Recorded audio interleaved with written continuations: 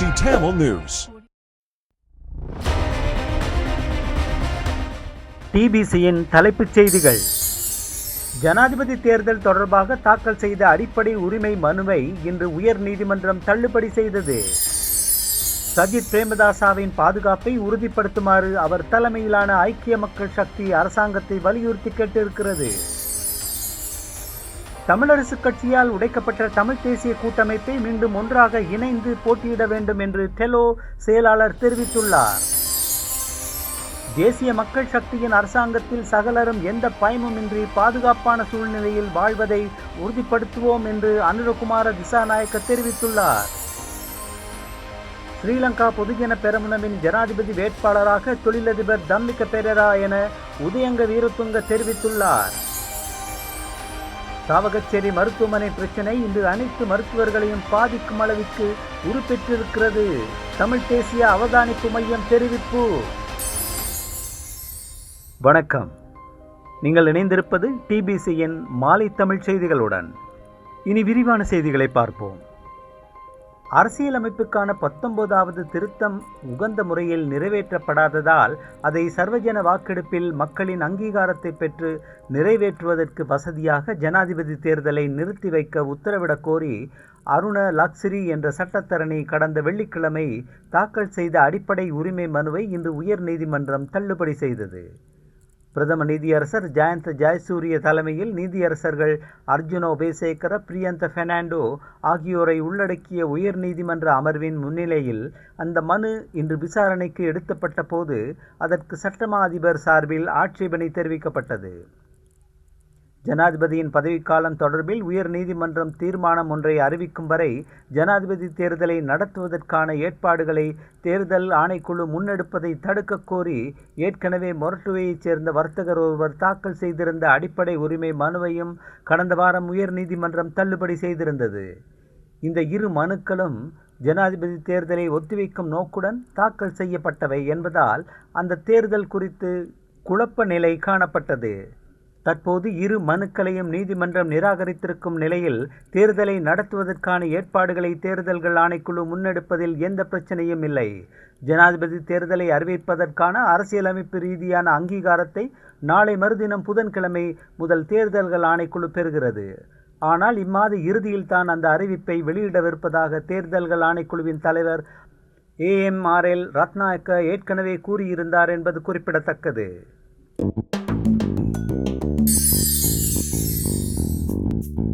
உலக அரசியல் அரங்கில் அண்மை காலத்தில் இடம்பெற்று வரும் வன்முறைகளை கருத்தில் கொண்டு எதிர்க்கட்சி தலைவர் சஜித் பிரேமதாசவின் பாதுகாப்பை உறுதிப்படுத்துமாறு அவர் தலைமையிலான ஐக்கிய மக்கள் சக்தி அரசாங்கத்தை வலியுறுத்தி கேட்டிருக்கிறது.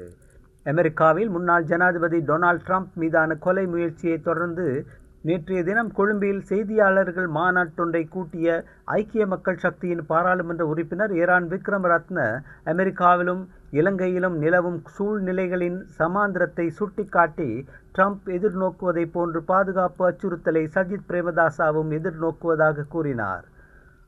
முன்னாள் அமெரிக்க ஜனாதிபதி மீதான கொலை முயற்சியை ஜனநாயகம் எதிர்நோக்கும் பாரதூரமான அச்சுறுத்தல் என்று வர்ணித்த எரான் விக்ரமரத்ன கடந்த காலத்தில் அரசியல் வேட்பாளர்களுக்கு எதிராக பயன்படுத்தப்படுவதற்கு அச்சுறுத்தல் மற்றும் வன்முறைகளை மீண்டும் பயன்படுத்தி தேர்தல்களை பிற்போடுவதற்கு இலங்கையில் உள்ள சில சக்திகள் முயற்சிக்கக்கூடும் என்றும் குறிப்பிட்டார்.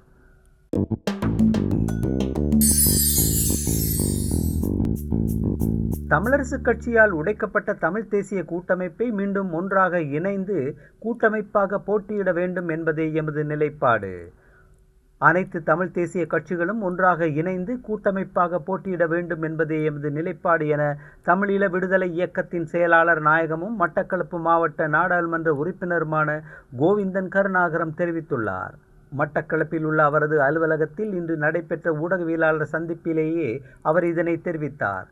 அனைத்து தமிழ் தேசிய கட்சிகளும் ஒன்றாக இணைந்து கூட்டமைப்பாக போட்டியிட வேண்டும் என்பதே எமது நிலைப்பாடு. ஆனால் வீட்டு சின்னம் நீதிமன்றத்தில் வைக்கப்பட்டுள்ளது. அடுத்த தேர்தலில் அது வெளியில் வருவது சந்தேகம் என அவர் குறிப்பிட்டுள்ளார். தமிழ் தேசிய கூட்டமைப்பு பிரிந்துள்ளதன் காரணமாக நாடாளுமன்ற குழுக்களின் தலைவர் பதவியை செல்வம் அடைக்கலநாதனுக்கு வழங்க முடியாது என்ற வகையில் சிலர் பேசி வருவதாகவும் ஆனால் கட்சி செயற்பாடுகளுக்கு நாடாளுமன்ற குழுக்களின் தலைவர் பதவிக்கும் தொடர்பு இல்லை என்ற காரணத்தால் சிரேஷ்ட நாடாளுமன்ற உறுப்பினராக உள்ள செல்வம் அடைக்கலநாதனை நாடாளுமன்ற குழுக்களின் தலைவராக நியமிக்குமாறு கோரியுள்ளதாகவும் அவர் தெரிவித்தார். தங்களால் முன்மொழியப்படும் அபிவிருத்தி திட்டங்களை நடைமுறைப்படுத்தும் போது தமக்கு அழைப்பு விடுவதற்கு அரச ஆதரவு அமைச்சர்கள் மட்டக்களப்பு மாவட்டத்தில் அச்சம் கொள்வதாகவும் நாடாளுமன்ற உறுப்பினருமான கோவிந்தன் கருணாகரம் மேலும் தெரிவித்துள்ளார்.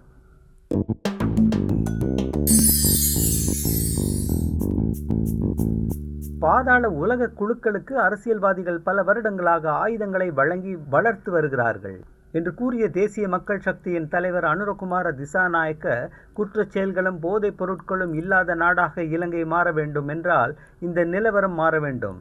தேசிய மக்கள் சக்தியின் அரசாங்கம் சகலரும் எந்த பயமுமின்றி பாதுகாப்பான சூழ்நிலையில் அமைதியாக வாழ்வதை உறுதிப்படுத்தும் என்று தெரிவித்தார். கம்பஹா மாவட்ட தேசிய மக்கள் சக்தியின் இளைஞர் மாநாட்டில் நேற்றைய தினம் உரையாற்றிய திசாநாயக்க, பாதாள உலக குழுக்களும் லைசன்ஸ் பெற்ற காடையர்களுமே இன்று நாட்டில் கொட்டமடிக்கிறார்கள். இந்த மாதிரியான சூழ்நிலையில் நாடு முன்னோக்கி நகர முடியாது. சட்டத்தின் முன் சகலரும் சமமாக கருதப்படும் வரை குற்றச் செயல்களையும் கொலைகளையும் நிறுத்த முடியாது என்று சொன்னார்.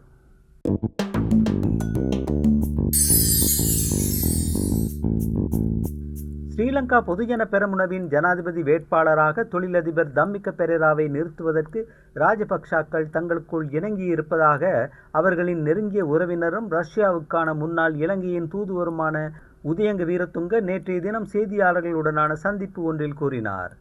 பொதுஜன பெரமுன ஆட்சி அமைக்கும் போது பிரதமராக நாமல் ராஜபக்சவே நியமிக்கப்படுவதற்கு இணக்கம் காணப்பட்டிருப்பதாக கூறிய வீரத்துங்க, ஜனாதிபதி ரணில் விக்ரமசிங்க பொதுஜன பெரமுனவின் எதிரி ஸ்தானத்தில் இருப்பதால் அதன் வேட்பாளராக அவர் ஒருபோதும் தெரிவு செய்யப்பட மாட்டார் என்று குறிப்பிட்டார். பொதுஜன வேட்பாளராக தம்மிக்க பெரேரா உறுதி செய்யப்பட்டிருக்கிறார். அதில் எந்த மாற்றத்துக்கும் இடமில்லை என்றும் அவர் கூறினார். ஏற்கனவே உதயங்க வீரத்துங்க இத்தகைய பல அறிவிப்புகளை செய்து வந்த போதிலும் மஹிந்த ராஜபக்ச போன்ற தலைவர்கள் அதனை மறுத்து கருத்து வெளியிட்டார்கள். அதனால் வீரத்துங்கவின் இந்த அறிவிப்பின் நம்பகத்தன்மை குறித்து அரசால் மற்றும் ஊடக வட்டாரங்களில் சந்தேகம் கிளப்பப்படுகிறது.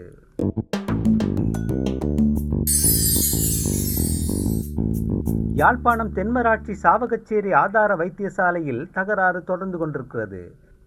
சர்ச்சைக்குரிய மருத்துவ அத்தியட்சகர் டாக்டர் ராமநாதன் அர்ச்சுனா இன்று அந்த வைத்தியசாலைக்கு வந்து தானே தற்போது அத்தியட்சகர் என்று புதிய அத்தியட்சகராக நியமிக்கப்பட்டிருக்கும் டாக்டர் ரஜீவனுடன் தகராறில் ஈடுபட்டதாக கூறப்படுகிறது.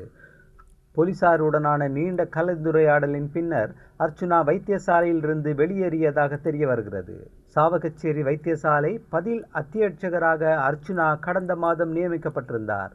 வைத்தியசாலையில் இடம்பெற்றதாக கூறப்படும் முறைகேடுகளை அவர் அம்பலப்படுத்தியதால் அங்கு பணியாற்றும் ஏனைய டாக்டர்கள் அவருக்கு எதிராக திரும்பியதே சர்ச்சைக்கு காரணம் என்று கூறப்படுகிறது. வைத்தியசாலையிலிருந்து அர்ச்சுனாவை வெளியேற்ற நடவடிக்கை எடுக்கப்பட்டதால் கடந்த வாரம் மக்கள் அவருக்கு ஆதரவாக ஆர்ப்பாட்டத்தில் இறங்கினர். யாழ் மாவட்டத்தில் ஏனைய அரசாங்க வைத்தியசாலைகளின் டாக்டர்கள் அவரை எதிர்த்து அந்த வைத்தியசாலையின் டாக்டர்களுக்கு ஆதரவாக ஒரு நாள் வேலை நிறுத்தத்திலும் ஈடுபட்டனர். இத்தகைய பின்னணியில் அர்ச்சுனாவுக்கு பதிலாக மருத்துவ அத்தியட்சகராக டாக்டர் ரஜீவன் கடந்த வாரம் நியமிக்கப்பட்டிருந்தார். அவருக்கு நியமனத்தை வழங்கி பதவியில் அமர்த்துவதற்காக பிராந்திய மருத்துவ சேவைகள் பணிப்பாளர் டாக்டர் ஆறுமுகம் கேதீஸ்வரனும் மாகாண சுகாதார சேவைகள் பணிப்பாளர் பத்திரனவும் வந்தபோது வைத்தியசாலைக்கு வெளியே எந்த ஆர்ப்பாட்டமும் இடம்பெறவில்லை. தான் விடுமுறையிலே சென்றதாகவும் தன்னை இடமாற்றம் செய்து கடிதம் எதுவும் கையளிக்கப்படவில்லை என்றும் கூறிக்கொண்டு அர்ச்சுனா இன்று வைத்தியசாலைக்கு வந்து அத்தியட்சகரின் ஆசனத்தில் அமர்ந்ததை அடுத்தே சர்ச்சை மூண்டது. பதில் அத்தியட்சகர் ரஜீவன் ஆட்சேபம் தெரிவித்ததை அடுத்து இருவருக்கும் இடையே கடுமையான வாக்குவாதம் இடம்பெற்றதாகவும் விடுதியிலிருந்து தனது உடைமைகளை எடுத்து செல்வதற்கு 2 வார கால அவகாசத்தை அர்ச்சுனா கேட்டபோது அதற்கு ரஜீவன் மறுத்துவிட்டதாகவும் தெரிய வருகிறது.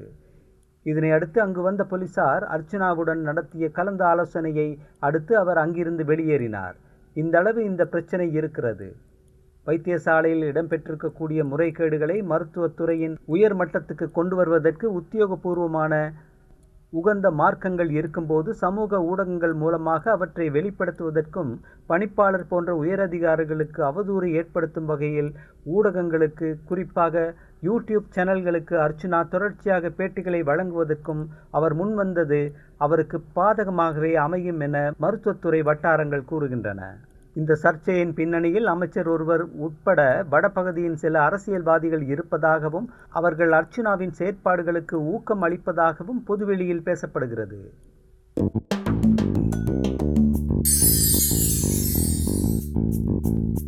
சாவகச்சேரி மருத்துவமனை பிரச்சினை இன்று அனைத்து மருத்துவர்களையும் பாதிக்கும் அளவிற்கு உருப்பெற்றிருக்கிறது என தமிழ் தேசிய அவதானிப்பு மையம் தெரிவித்துள்ளது.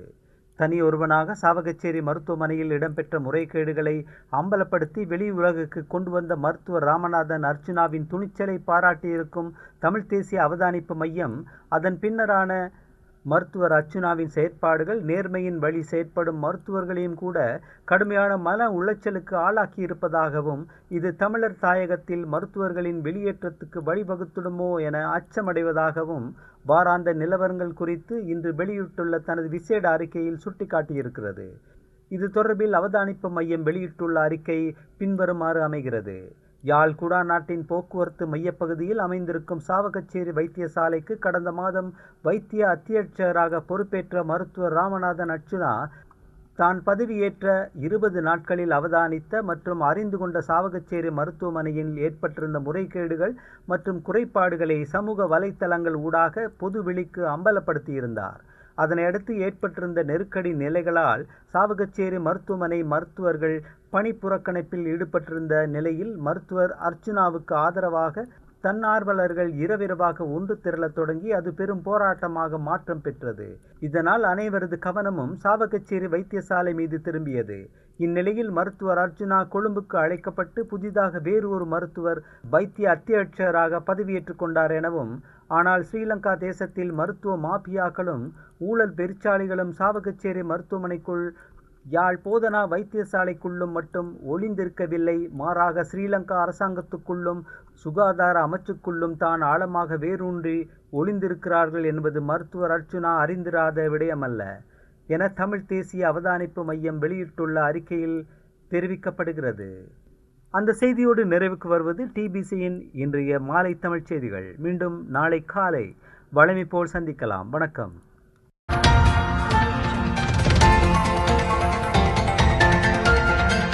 TBC Tamil News.